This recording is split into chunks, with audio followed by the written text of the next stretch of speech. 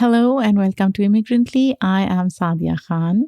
Before I delve into today's episode, I just wanted to thank all of you, my listeners, who have joined me today in this space to listen to my thoughts, to spend some time with me, despite having at least 4 million other options.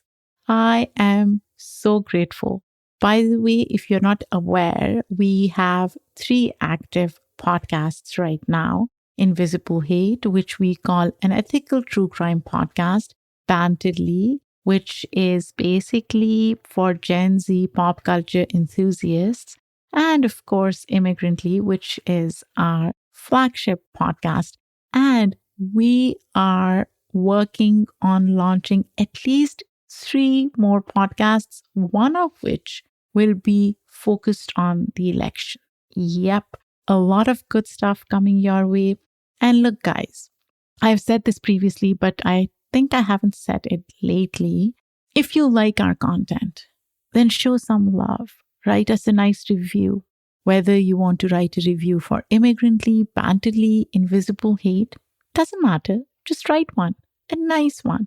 Or subscribe to us, download our episodes, share them with a friend. That's how we grow. We are still a small but mighty startup. And as we grow, we need your help to help us reach more people. With that, let's get to our today's episode.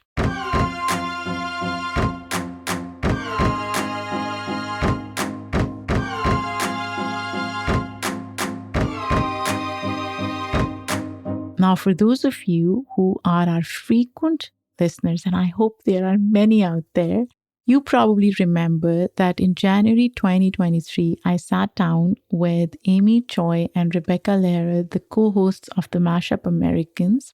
The conversation basically centered on their series on grief. We talked about grief, how we can understand it without over-pathologizing the sentiment, and why it's both universal and personal. What was most remarkable about that conversation was that all of us kept it light and honest.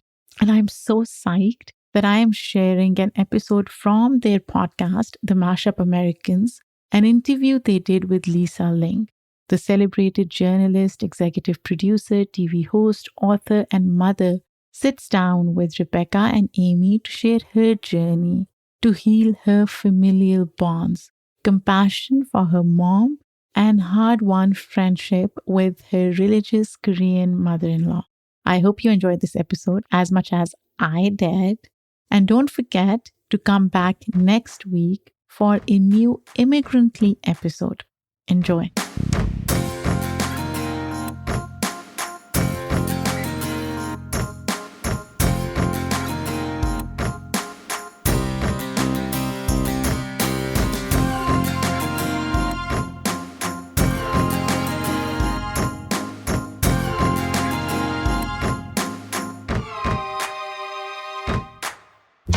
You're listening to the Mashup Americans.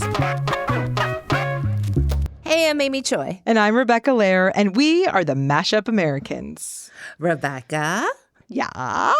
you live with many generations of your family around you. Like vertical, up and down, horizontal. Northeast Los Angeles is actually like Lair Angeles. That is correct. I'm nodding very hard. True. You know, and it's like one of the great delights of my life has been falling in love with you and your family and with LA. I'm not going to say your husband, Neil, because I was in love with him before, but the way that you have so many layers of family and being in your home is like everybody's coming in and out, and like there's always, you know, oftentimes dogs that are not your dog that are in your house. I It's know. just like- Rest in peace, Lola. Rest in peace. Oh, Lola, she really had a good life. She really She did. She really did. But like, I know your parents' dog, and like I knew Yes. her whole sickness story. Yes. Just the fact that I have been adopted in, and we've kind of all adopted each other. Your parents have adopted me. Like every time your dad meets a new Korean person, he texts me because he's excited. Oh, yeah. Like, Which is often. it's not infrequent how often Michael texts me about a new Korean thing that he's learned. But Yes. like what He is a kimchiologist. he really is. Oh God, Michael. Love him so much. Mia, love you too. But I think your family does it and with so much grace. And it's also not easy. As somebody who does not have that, like I'm really close with my cousins, but those are relationships that I really worked hard on as an adult. I'm close with my sister, but my parents are far away. There's like, a lot of shit going on with like intergenerational stuff. Having that interconnectedness that you have with your family, it doesn't come without a lot of work and also hard. It's hard. And I think still that's one of our ultimate rules for living a beautiful life is embracing the complexity of interconnectedness and doing the work to allow that to bloom. Absolutely. It's hard and beautiful. And like that's also maybe one of the mantras of a mashup life. Absolutely. How do you act with grace? How do you process all those things? It's so beautiful. And I'm, really lucky to be part of a Jewish community that I really love. And our rabbi, Susan Goldberg, gave a really beautiful sermon this year during the high holidays about interconnectedness and really how interdependent we all are. And one of the things she said that she really pointed out it's hard too. Like sometimes it's really easy to just be kind and sometimes it's really hard.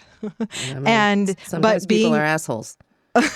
That's a fact. But being in community is the work, is what life is made up of. And it's also, one of the things she said was, we are not individuals, we're actually generations. And that she wished for all of us to experience the deep hope of our interconnectedness. And so that is something that I'm really taking to heart this year, is this idea of the hopefulness of what it really feels like to be human, which is needing each other. That is so beautiful. And we have learned so much about healing through generations from our guest today, our friend, the legend, Lisa Ling. Lisa Ling. Lisa Ling is a journalist. You have seen her on CBS, CNN. She has so many shows of her own. She's done everything from embedding with notorious biker clubs to covering the LRA in Uganda to the humanitarian crisis in North Korea to hosting daytime talk show with her stint on The View. She's so amazing. She truly is. And she has transformed her relationship with her family through so much healing and plant medicine in a way that has opened up her life to living with her Korean mother-in-law,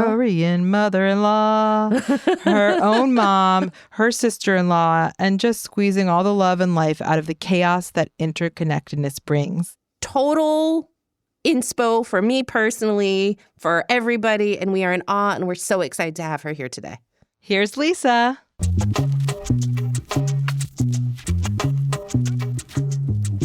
Okay, Lisa. Okay. Here we are. Here we are. So, Lisa Ling, how do you mash up? How do I mash up? I feel like that is a perfect way to characterize my entire life. Even on the way over here, I am thinking about so many different aspects of my life. I mean, in 1 week, I went from this black tie gala where Oprah and Leonardo DiCaprio and Nicole Kidman and Kim Kardashian were in attendance. And then the next day, I'm back at my home in LA, and my kids are coming into my bed, unable to sleep at 4 a.m, and I'm stressed out. I'm trying to clean up all the laundry that is strewn all over the place. And you're like, how did this just get here? Yeah. It wasn't here 12 hours ago. I mean, I was gone for less than 24 hours, and it's just like Armageddon at home.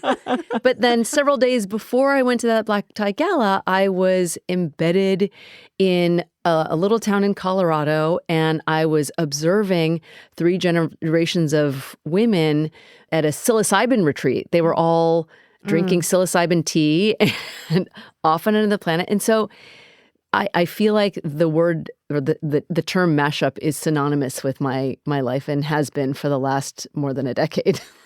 I feel like you are a living embodiment of mashiness and mashups in so many ways.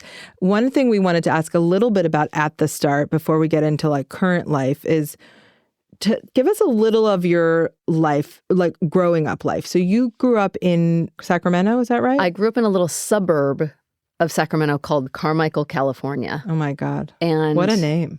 Carmichael, Yeah. yes.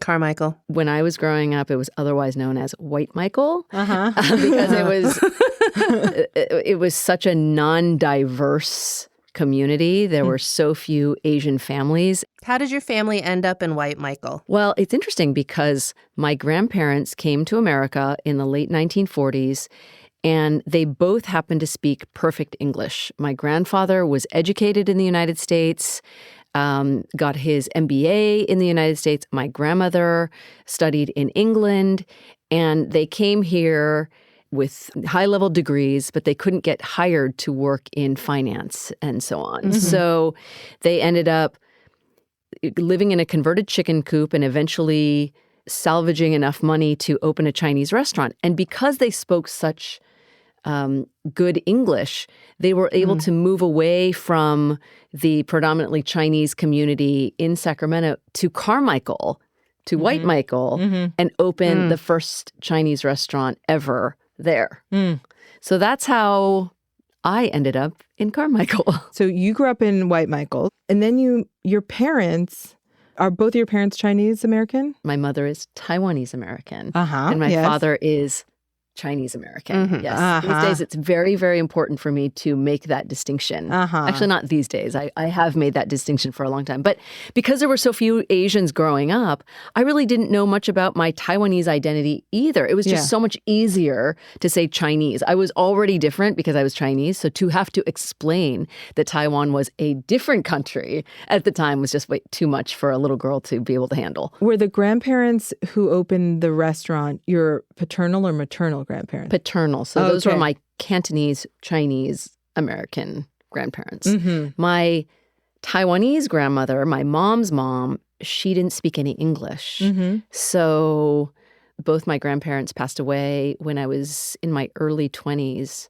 And people always ask me, like, what's your greatest wish? What's your biggest wish? And my wish would be to have one more day with both of my grandmas because they were so special and important to me. And there's so many things I want to ask them, but particularly my Taiwanese grandmother, because we couldn't speak to each other. There's just so much about her life that I will never know. I also think that's a thing about grandparents, those of us who are lucky to actually have gotten to spend any time. You're very lucky if while you're developing as a young person and they're declining as an older person, that there's a moment where you're at a place where you are open or able to engage really beautifully with them and they're still lucid and engaged, because then you could have intimacy, which is not always the case, right, with somebody older. Well, so my mother and my husband's mother became grandparents to my kids very, very late. I have a 7-year-old and my husband's mother is 91. And she loves the fact that she has these young grandchildren who can come over and they want to be there, because she says most of her friends have grandkids who are all grown up and they just don't have time to spend a lot of time with her. Or there would be great-grandkids at this point, and there's 91. Too many layers. Right. Exactly. But on the other hand, I don't know how much time she has left on the earth. I mean, she's 91 and she's been having some health challenges. And so the notion that my kids won't get to spend significant amounts of time with her makes me so, so sad. And so therefore, both my mom and my mother-in-law are at our home because they live a couple blocks away from us almost every single night. We have many questions. There is a lot of food that's cooked every single night. There is a lot of advice being doled out to Paul and me every single night. And it's highly overwhelming every single night, but I wouldn't have it any other way. Yep. Paul once said, "Is it too much?" It's like the advice will not stop coming. It's not even advice. It's like, like they don't directly say, like, why are you feeding them this? It's sort of like, like these sounds. Can you do a difference? Is there like Korean mother-in-law versus the guttural? It's the more Korean is definitely more guttural, as Amy can attest to. I'm very familiar with that sound. I wasn't even doing it justice. It's more like, it's like this deep, like nasal, throaty, guttury. There's some mucus moving around. Yes. Joe Coy actually has a great interpretation, is that an older Korean person always sounds like they're stoned when they're talking to you. Judgy and stoned. It's like, yeah, nah, nah, Oh my God. There's something that, we have been discussing a lot, and this has been kind of thematic over the year, but it has been coming up in a lot of these conversations as we think about what it means to build a good life, about the stories that we tell ourselves and the narratives that we build, and whether or not they're true, right? And like how stories get interpreted through generations. And so it's really something magical that your girls are young, but they're not so young that they're going to have to rely on your story of your mother or Paul's story of his mother, right? They're going to be able to have living stories themselves that they have created with each of those people that they can carry for the rest of their lives. It's like so magical that you're creating this for them. Because I think that with a lot of mashup families, because of language divides, because of literal physical divides, I mean, now it's so much easier because, like, I'm 43. No, 44. No, I'm 44. Me growing up, it wasn't like I could FaceTime a cousin in Korea. Yeah. That was just like not a reality. So if you were not with your family. No, you would call, if you ever talked on the phone, it'd be like, you have to just say hello to your grandma and then hang up for us because it was so expensive. It'd be $22. Yeah. So I totally appreciate that you have just been like, maybe this is madness, but this is our madness, and you're giving your daughters this gift. Yeah. Yeah. And they are still very young. I mean, my daughters are 10 and 7, so they will have those memories. Yes. But, they'll be just shorter. Yeah. Yeah. They'll be a little more limited. But nevertheless, it's so, so important for me to allow them to just have some. I always find it amazing as somebody who does not live close to their parents. And my sister, who I'm very, very close to, lives on, it's silly. In New York City, it's a mile and a half, but she may as well live on the other side of the world because she's in Manhattan and I'm in Brooklyn, is that, like, are there invitations extended? Do you make a plan with either of the moms, or are they just present? They have keys to the house. They're in the house before we even get there sometimes. No invitations are extended. No. They're just it's our domain is their domain. I will say, as a person in a couple where it's just my family who's over all the time, I really appreciate that my husband's just like, yeah, they just walk, like the gate opens to the side of the house and there's just like always some member of my family, brothers, parents, whoever, maybe even a cousin. And but you both, that's kind of nice. There's equal opportunity invasion, which I kind of love. It gets better. It's not just the grandmas who are in our house. My husband's sister lives in our house. Hi. Hi. And my cousin, Dorothy, she, when I travel or have to work, she sometimes comes and stays in the house as well. So it's really sad for Paul. And we have a female dog because Paul has just been estrogened out. That's why he has to do all these trips. He's like, I gotta go escape these people. He's got to go hang out with the dudes. Yeah. But so it's not just the grandmothers. They are the loudest, but the house is always full of people. And my sister-in-law, who I absolutely adore, she doesn't have kids and has a very successful career and a beautiful house, not far from us. But she was recovering from a heart condition, a heart operation a number of years ago, and came to recover at our home. And my kids they love her so much. She's my kid's godmother. and she plays with them. I am not a good player, but she does arts and crafts with them. She will bake with them anytime they want. She plays and plays. And so after she recovered from her surgery, my husband and I were like, will you please just stay here? Rent your house out. Please stay here.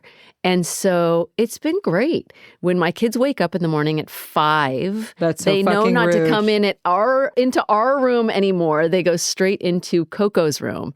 And the name Coco is really cute because auntie in Chinese is gugu. And in Korean, it's komo. And so they kind of combined it and call her Coco. Oh, that's a great mashup. It's a great mashup. I love it so much. But she is known by everyone now as Coco, which is a combination of Chinese, Korean, Oh, that is the cutest. Ideas. So it's like, seems like there's also a lot of intention, even to say to Paul, you know what, there's not that much time. So let's just make the most of this chaos while it's here. Well, also, our culture in America just doesn't value our seniors. And it was inadvertent that our lives kind of ended up this way. But when you think about how people in Asia live, they often do live with they have multi-generational homes. And while I never thought that I would live that way because I grew up in America. Yeah. It's so beautiful. It's chaotic and loud, but it's so beautiful. I love having so much family in my kids' lives and in my life. Yeah. All the time. I actually have a question for you about, as you've been in therapy and you've mined a lot of your thoughts about yourself and how you exist in the world, and your husband is doing similarly.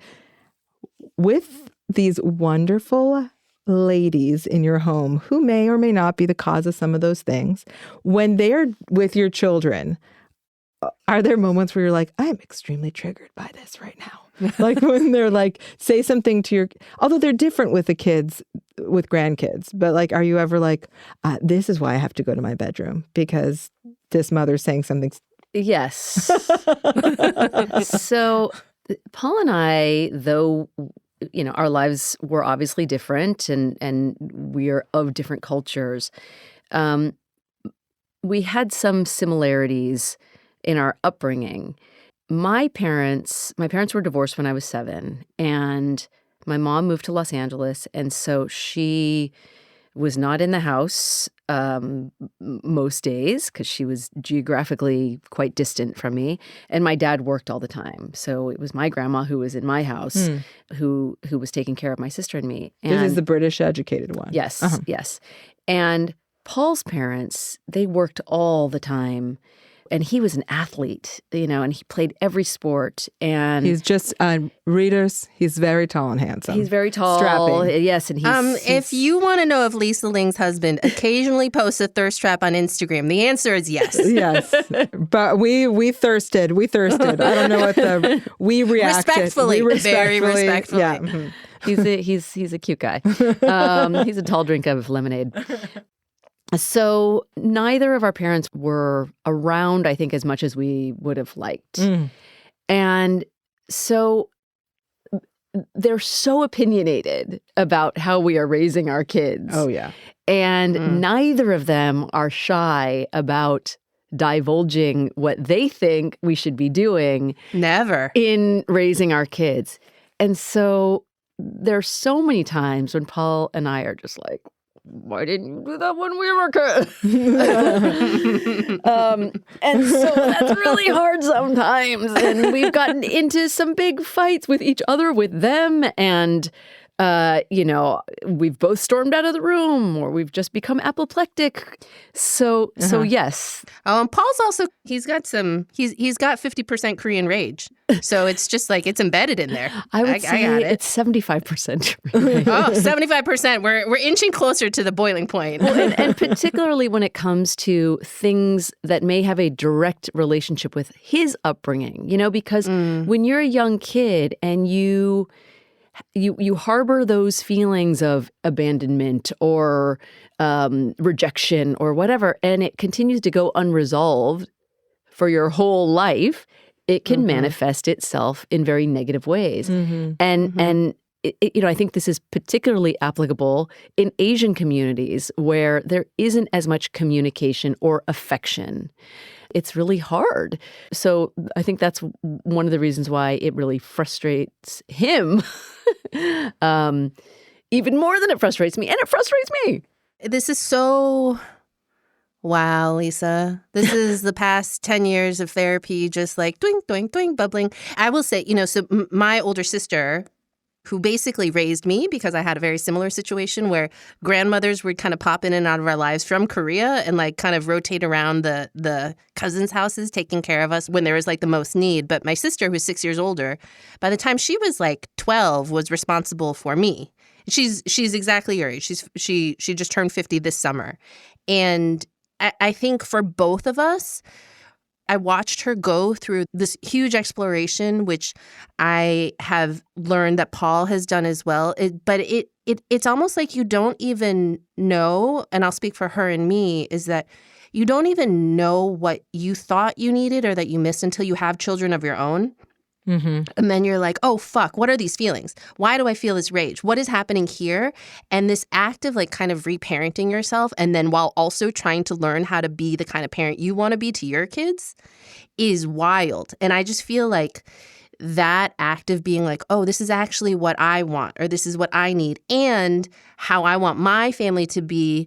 But oh, shit, I have so much healing to do because there's still like a little kid inside of me that didn't get the things that I'm seeing that I missed or that I wanted. Well, this is why it's so important, and I'm so glad that we are having so many open discussions about generational trauma.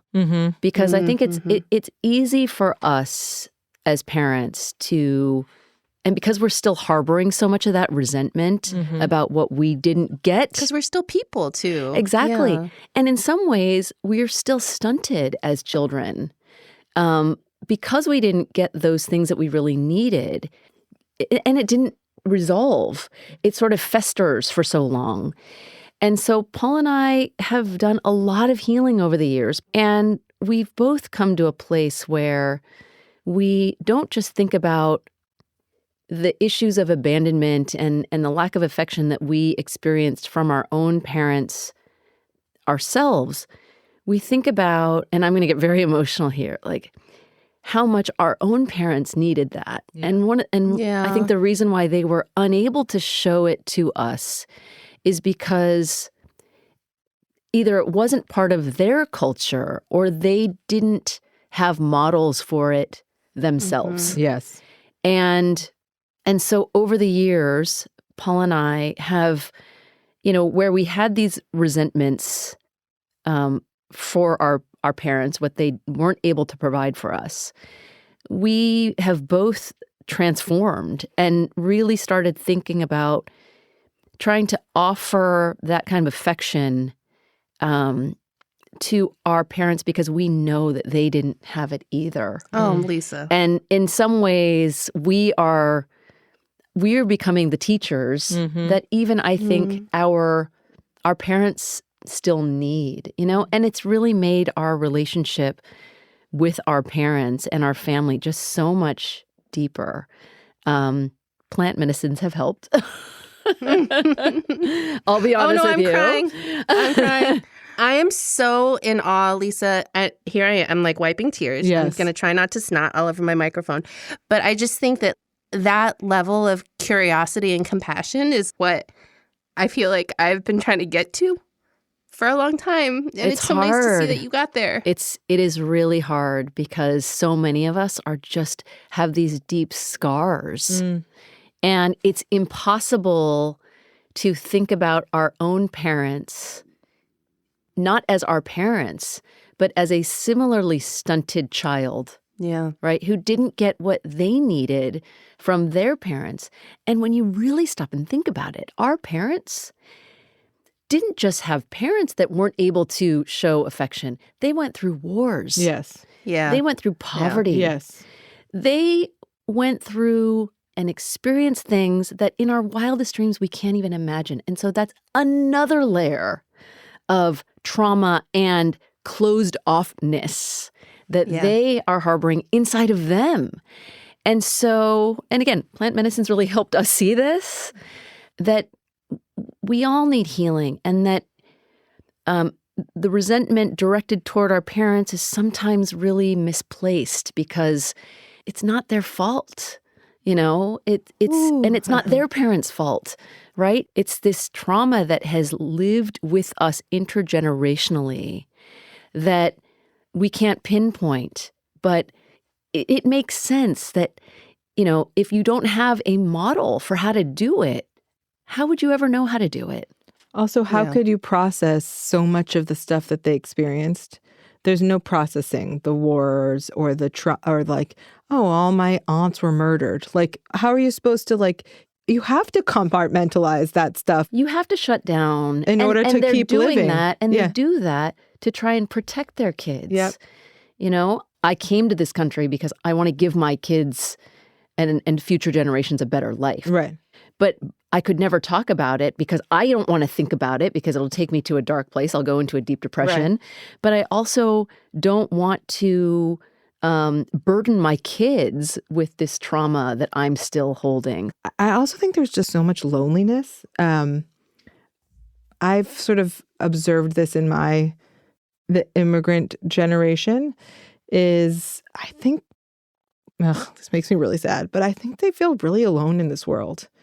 Because in order to make their lives work or had made it possible for our lives, there's a sense of being so self-reliant and then distrust of anyone else being able to get shit done. And I think that's a very, just so painful. Well, it's so multifaceted because that generation, their eyes have seen so much, right? Yeah. And you can bury it, but you can't pretend that it doesn't exist. Yep. And sometimes it manifests itself in ugly or angry ways. Yep.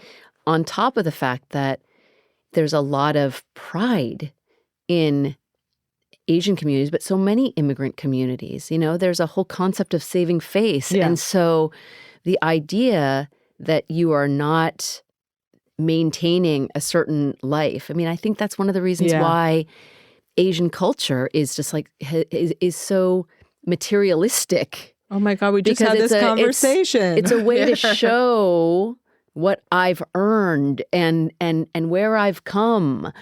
And it's validate all the things that you have sacrificed. Yeah. In your Fendi bag. Absolutely. Well, here's a tactical question.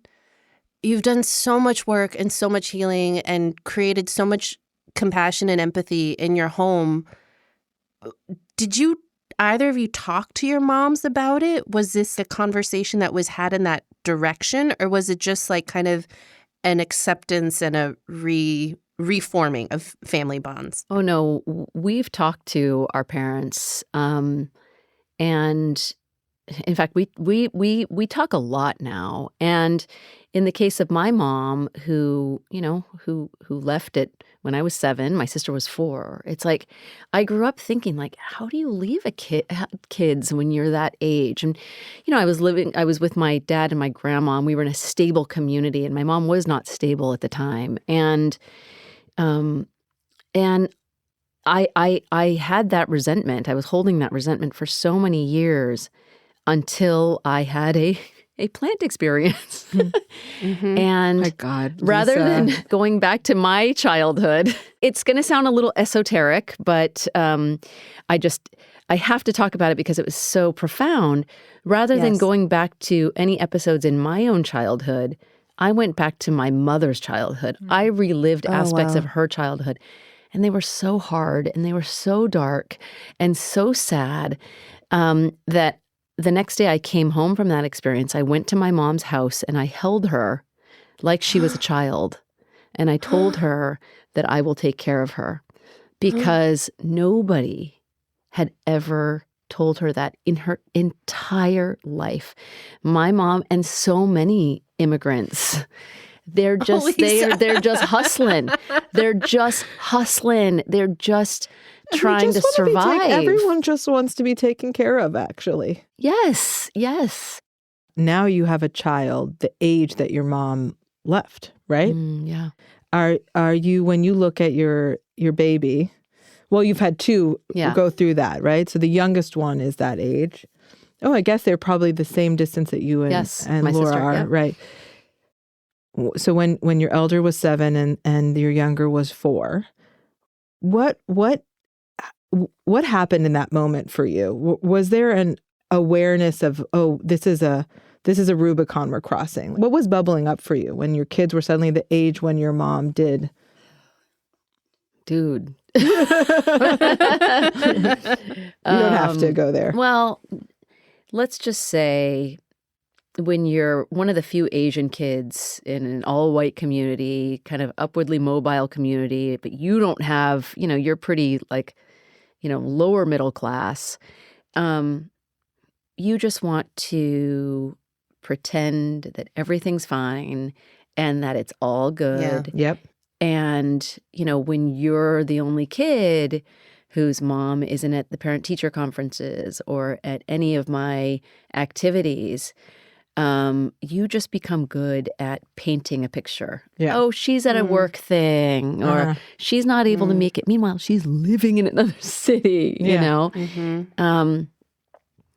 But what I came to realize, I was hiding so much as a kid, is that we all hide so much from other kids. Mm-hmm. Some of the kids that I went to high school with who I thought had everything, the perfect lives, the perfect homes, the perfect cars. Later on, when I would catch up with them and they would tell me, like, my dad was cheating on my mom, or, my mom was an alcoholic, or I was like, oh my God. Yeah. I thought you had the perfect life. And I that has really allowed me to feel so much more compassion for human beings. Totally. And also you have no fucking idea. No idea. Especially when you're going through things. In my life, there's been, let's just say, some acute trauma moments where let's say somebody died, and then you have to go get something, because you're a human being who's still alive, go to the grocery store. And it's the fog of that. And you're just watching other people shopping whom probably didn't have somebody die hours before. And you're like, wow, whenever I'm shopping on a normal day, I have no idea who else in this store, who working at this store, who, anybody, what is happening in their lives right now. I have no idea. And if I can have that, give people grace or have that compassion in the world, just give, not, you can say no to assholes while still giving a little more of a buffer for grace, because there probably is somebody walking in the grocery store who is dealing with that.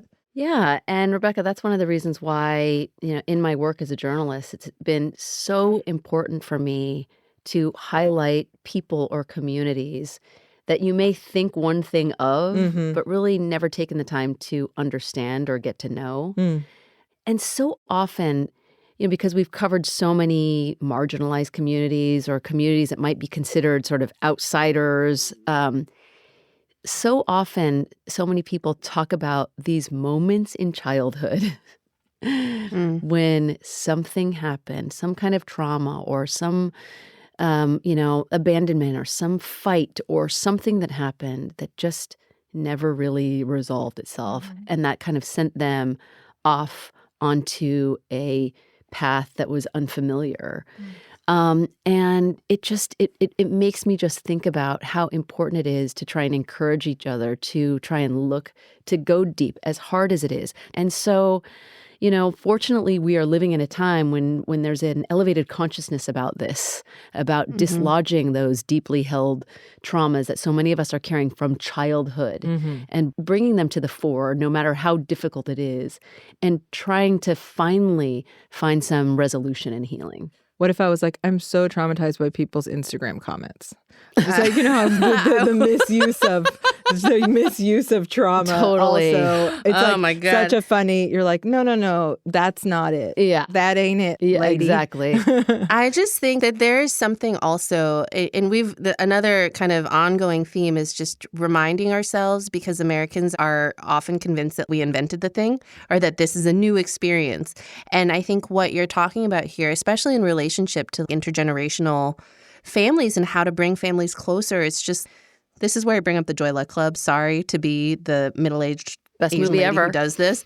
Best movie ever. But, that idea of stairs, that I'm a step and my children are part of my staircase, and so are my mothers and their mothers and their mothers and their mothers. And just remembering that we are bound to all of those generations, forward and back, and we can decide how we want to reshape it, but that does not mean that we can exist separate.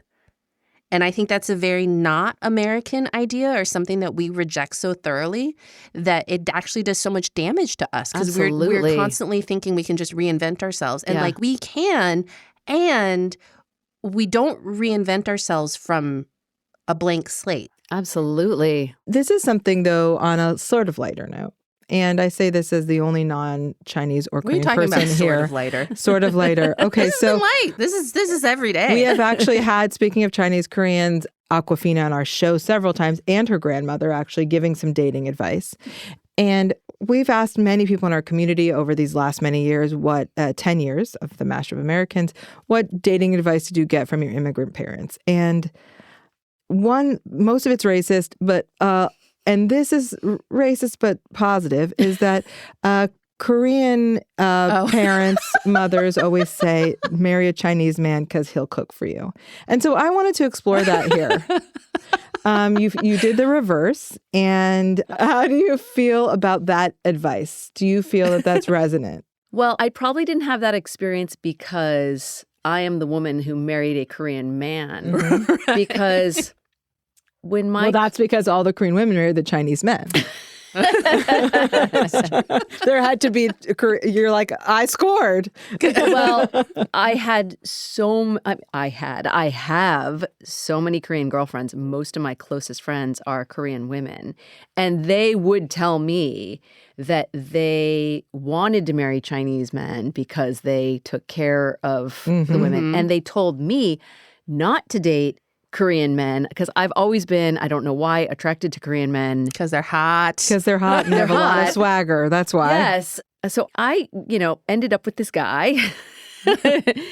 And when his mom found out that I don't cook at all, again, she didn't actually say anything. It was just like, oh, you don't cook? No, I don't know how to cook at all. It was, It was like that,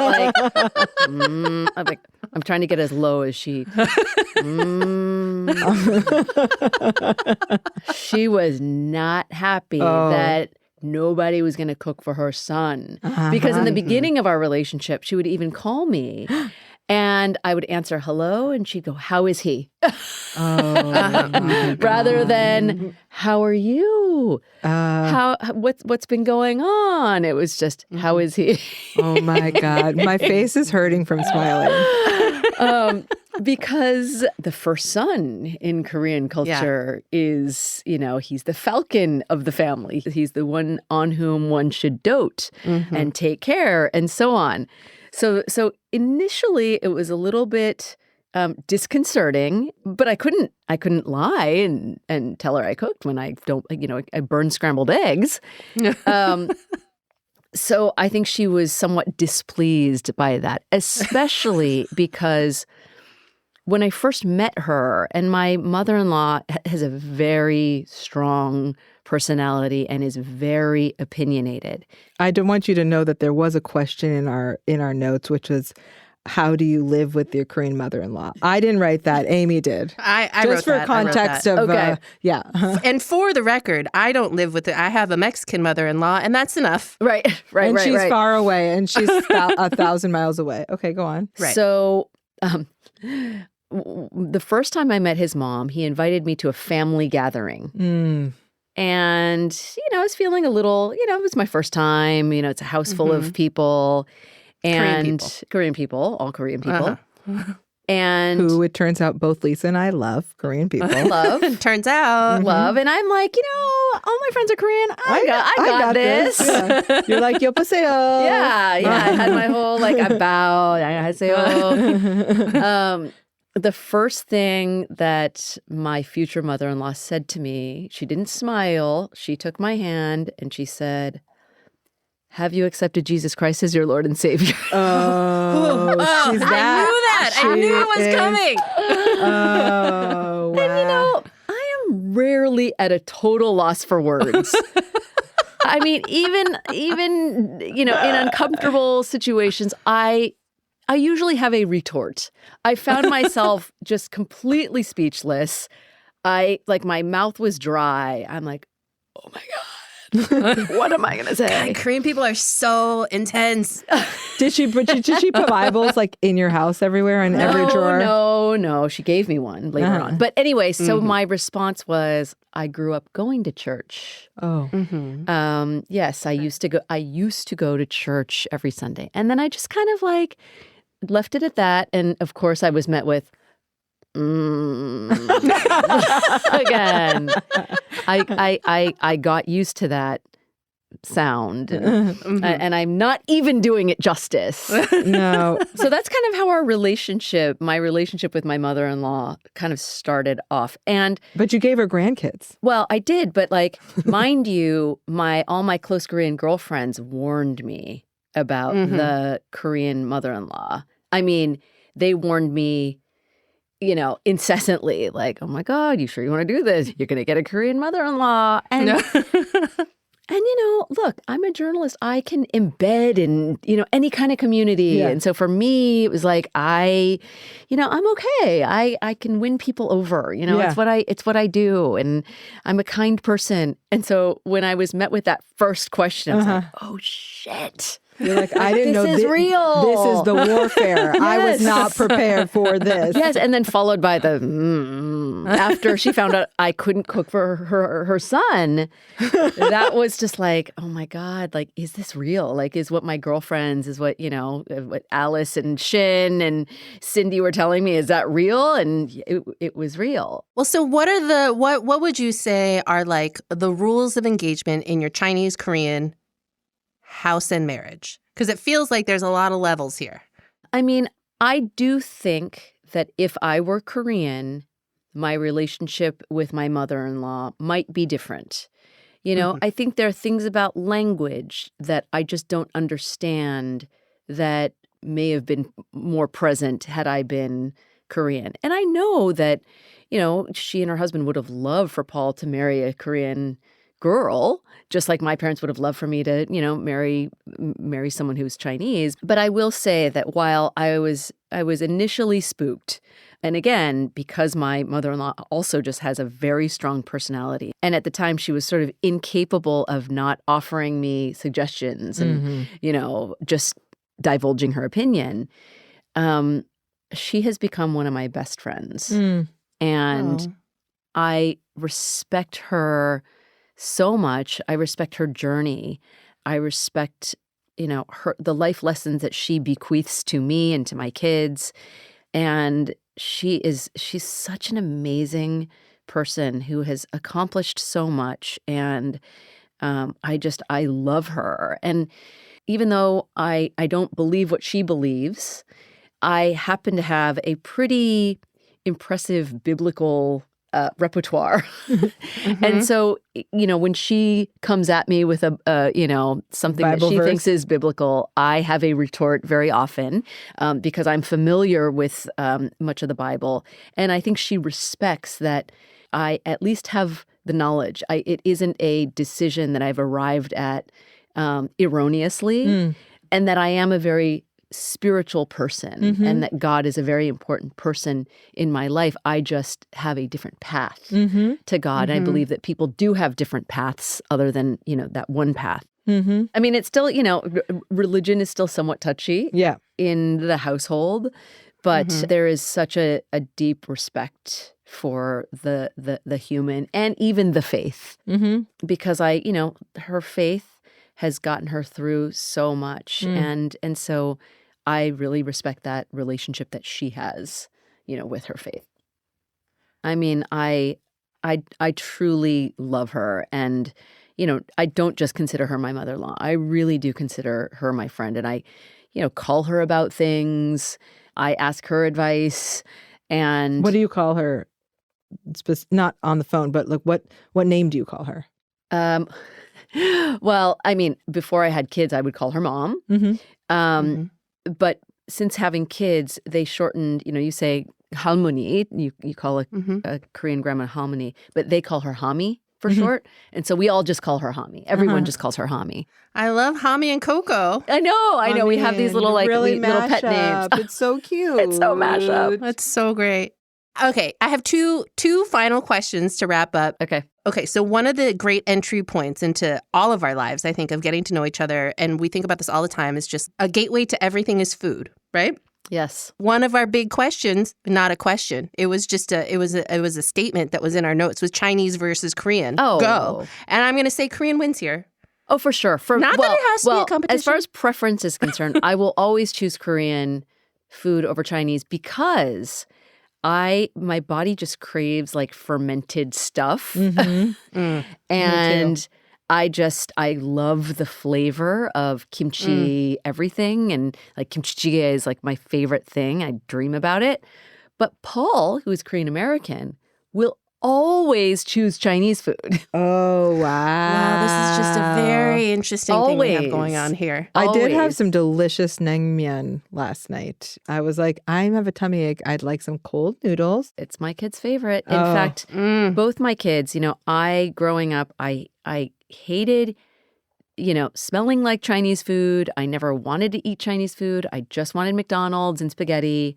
But my kids both always want Asian food. They have a preference for Korean food, but they like Chinese food too. But they insist on taking Asian food to school. And so, they're proud of every aspect of their Asianness. Oh my God, wait. I had a dream about your daughter, Amy.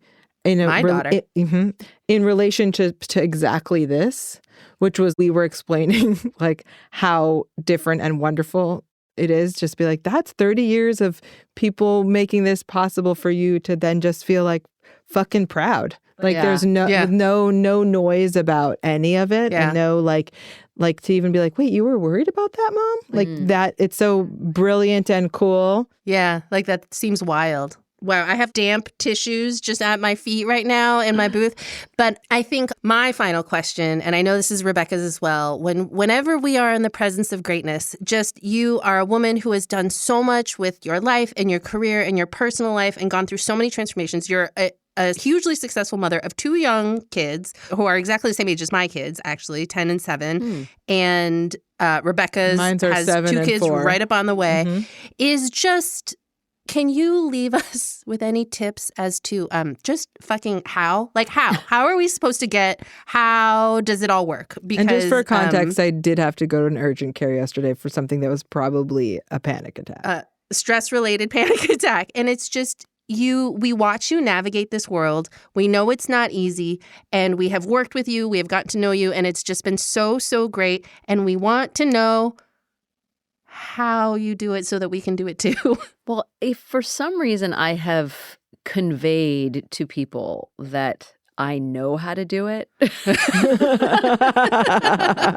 then I have really fooled a lot of people because, oh my God, it is so hard. It is so, so hard. And that's why I will continue to fight for moms and, advocate for moms. Because it is so hard. I'm very lucky that I have a spouse that will do a lot of things that many male spouses refuse to do.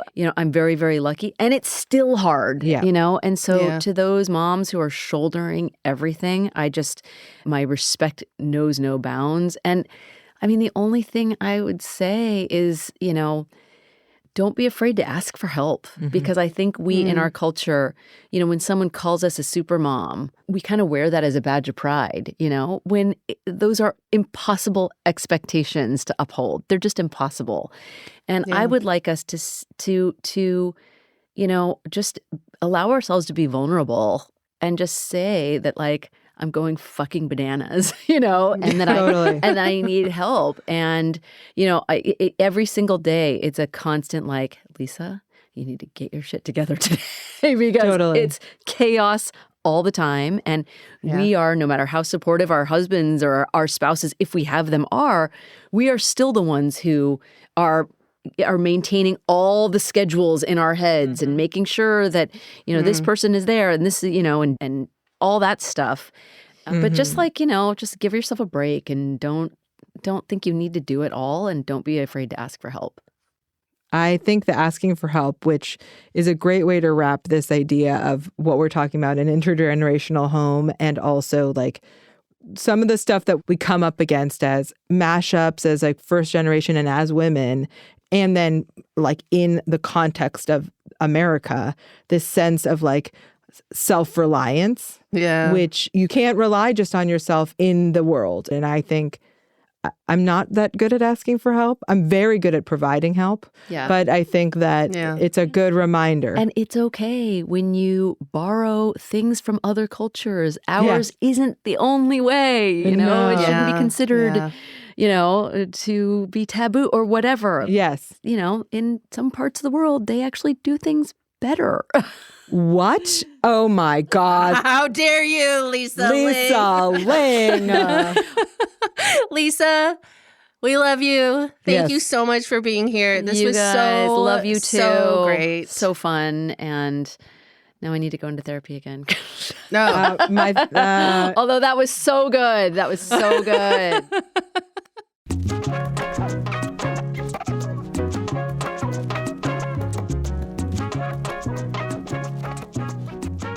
Wow, the way that the entire floor of my booth was just like a foot-high puddle of snotty tissues at the end of that conversation. She was surprised. Lisa was surprised. Yeah. Oh my God. Anyway, so was I. So was I is what I'm going to say. And I'm just so grateful that she shared her story, because I think I'm turning a new leaf. I mean, like maybe next year for me, it's like Judaism and a lot of psilocybin. What do you think? Do you think it goes together? Absolutely. Ram Dass was a Jew. Love this for all of us. Next week, we'll be joined by our old pal, Rainn Wilson. Maybe it surprises you that he's our old pal, but he'll be coming to chat with us about all things spiritual and how to find your spiritual path in a world that sometimes feels like basura. You will not be surprised to learn that we laugh a lot too. Make sure to catch the rest of the Ultimate Guide to a Mashup Life every week this fall, and like and follow the Mashup Americans wherever you get your pods. And tell your friends! And if you haven't signed up for the newsletter, do it. mashupamericans.com/subscribe. Love you! Bye!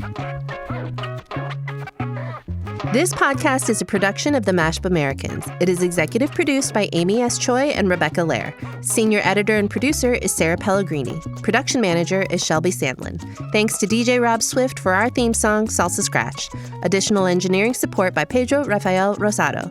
Please make sure to follow and share this show with your friends. Bye!